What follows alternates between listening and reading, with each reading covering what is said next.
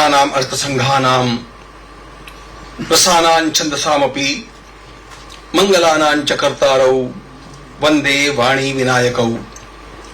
नमामि सद्गुरुं शांतं सच्चिदानंद विग्रहं पूर्ण ब्रह्म परानंदम ईशम आनंदी वल्लभम।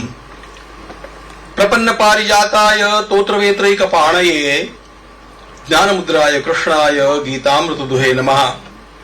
माधुर्य रसकल्लोलां शिवशक्त्यैकरूपिणीं अमृतानुभवार्थाय वंदे ज्ञानेशनंदिनीं।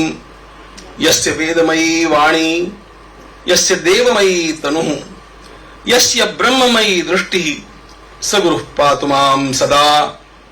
आपदामपहर्तारं दातारं सर्वसंपदां लोकाभिरामं श्रीरामं भूयो भूयो नमाम्यहम्। वीरभूमि राजस्थान की इस पावन धरा पर इस अत्यंत सुप्रसिद्ध जयपुर नगरी में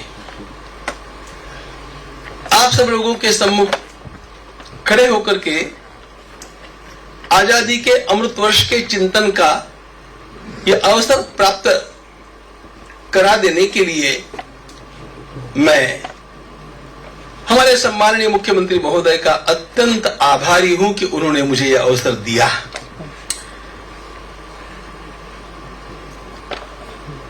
हम लोगों को इस प्रकार का चिंतन करने की आवश्यकता है।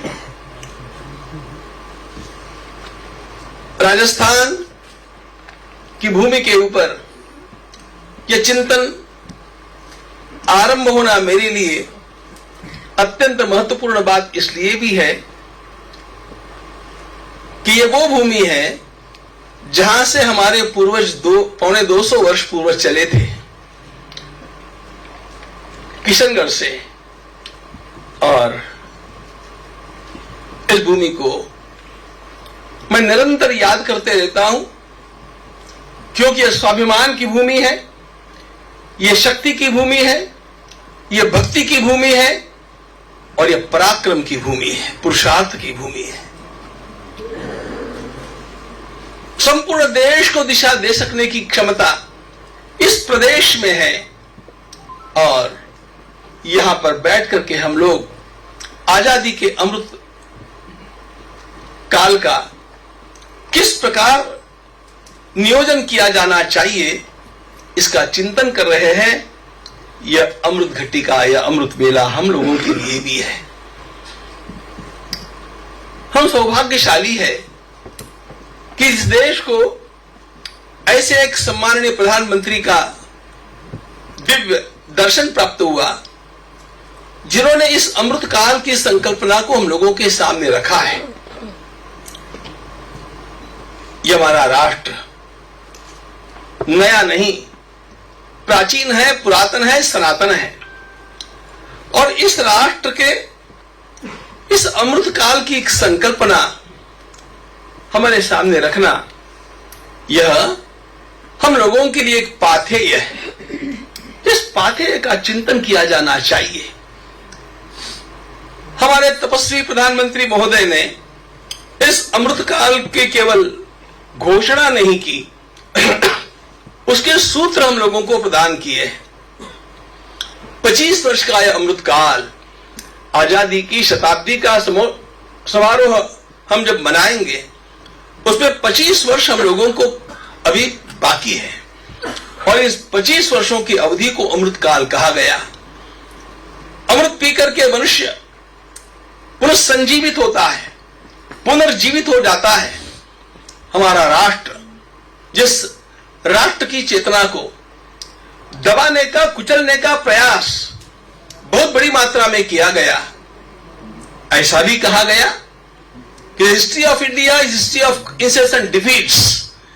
No sir, it's not a history of incessant defeats, it's a history of incessant struggle. हम लोग स्ट्रगल करते रहे।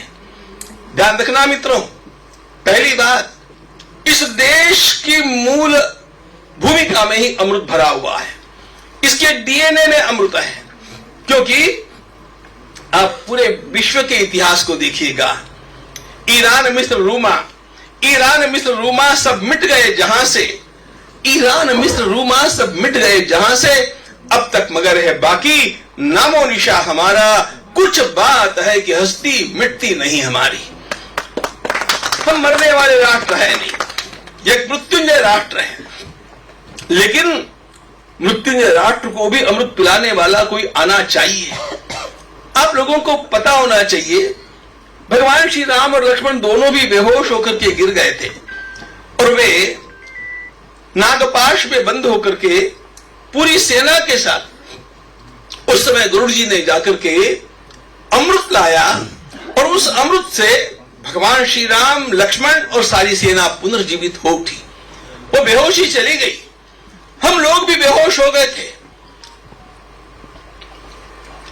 पराधीनता के काल में, पारतंत्र के काल में आई हुई बेहोशी तो अपने स्थान पर थी, वो स्वाभाविक थी। फिर उसके पश्चात भी 70 वर्षों तक ये बेहोशी हमारी गई नहीं।